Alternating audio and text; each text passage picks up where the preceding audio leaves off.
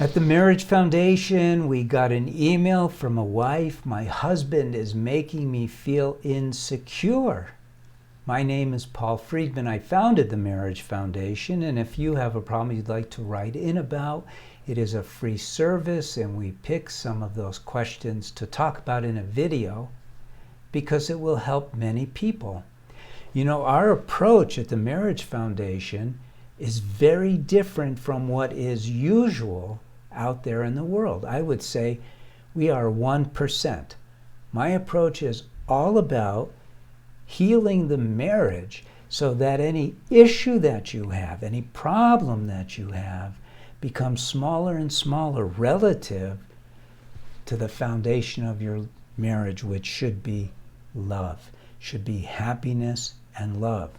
And so we're going to get into this not to fix the problem. I'm going to talk about it and talk about the problem because the problem is how I'm going to help you see things a little differently. Your problem, as you stated, is that your husband is making you feel insecure. And I can talk about what your husband is doing. I already know what he's doing to make you feel insecure. There's only a handful of things that it could be. I understand the dynamics between men and women, but we're not going to go there. What we're going to do is we're going to talk about you. Why are you feeling insecure based on his behavior? That may sound like a stupid question, right? It's like, hey, I'm feeling scared, a car is coming at me. Well, yeah, that I get. But, hey, I'm feeling like an idiot. My teacher told me that I did poorly on the test.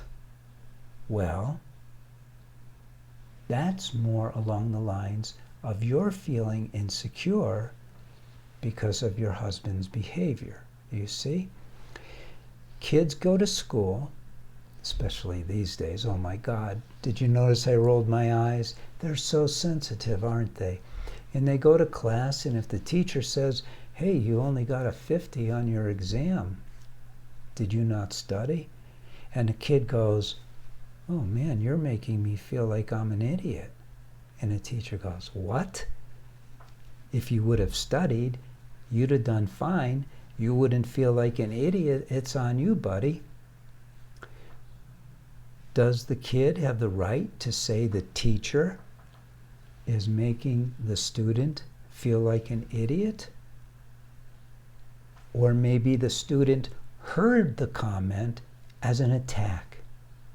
Well, why would the student take it as an attack instead of just as information? And this is where I'm driving. I'm driving to how you hear, how you perceive his behavior. Now, don't get me wrong. In this world of ours, most husbands don't understand that they need to tailor their communications with their wives to be loving and supportive. And so most husbands, frankly, speak to their wives like they're in a sitcom on TV. They're sarcastic with them, they're mean and brutal, and your husband may be doing that too.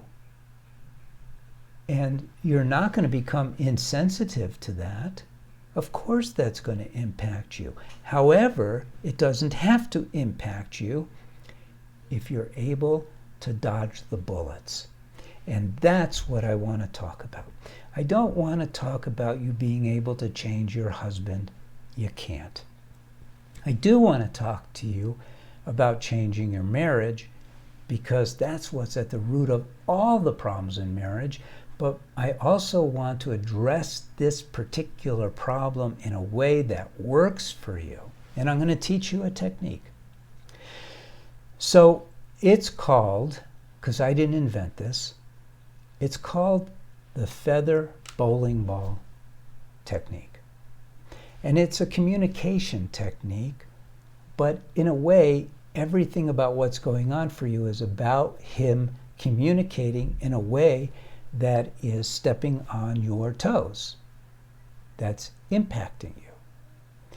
So if you throw a bowling ball at a feather, I mean, a tiny little feather should get crushed, right? But it doesn't, because just the force of the bowling ball pushes the feather out of the way. If that feather were intelligent, it would see the bowling ball just got thrown at it, and it would step out of the way. Well, you're intelligent. So your job from now on is to, when your husband is acting like an idiot, sorry, I hope I wasn't judgmental, and doing things that would normally make you feel insecure, you're going to go, okay, my mind, because it's your mind that's hearing things, seeing things, feeling things even. You're going to go, okay, my mind, we're not going to go there. Instead, what we're going to do is step aside. We're not going to take any of this personally. And we're going to continue to love him instead. So what you're going to do is you're going to replace your normal, habitual reactions with designed reactions of love. Why? Well, you got married to experience love and to be happier every single day of your life. But you didn't have that front and center in your mind, so you just got married and you've been sort of going along with things. When it's been your job to infuse your marriage, really, listen to this, this is important. It has been your job and his job to infuse your marriage with love and happiness. It's your job. It's your job. It's like getting in a boat that you're the skipper. You raise the sail and you just go. That's how your marriage has been. Power's on, the wind, blowing your sail, and you don't even know where it's going. That's crazy. And that's how you've been living your marriage. And don't take responsibility for this past, but take responsibility for this future. It's a positive thing that you're learning this, because now you can do something about your marriage not being fulfilling. Look, bottom line is this. Your marriage is supposed to be amazing. Amazing.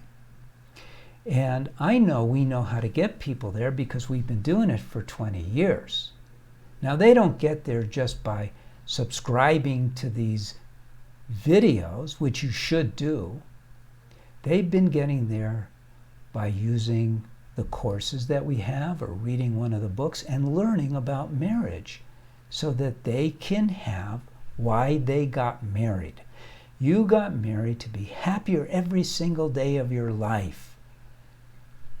Your wedding day wasn't supposed to be the greatest day of your life. That's marketing to sell you all the fancy catering and flowers. That's supposed to be the first day of your marriage. From then on, it's only supposed to get better. But it can't get better if you're not making it better. You need to take charge of your marriage. So step aside when your husband is quote unquote making you feel badly. Don't be victimized by that. Don't take it on. You control your mind.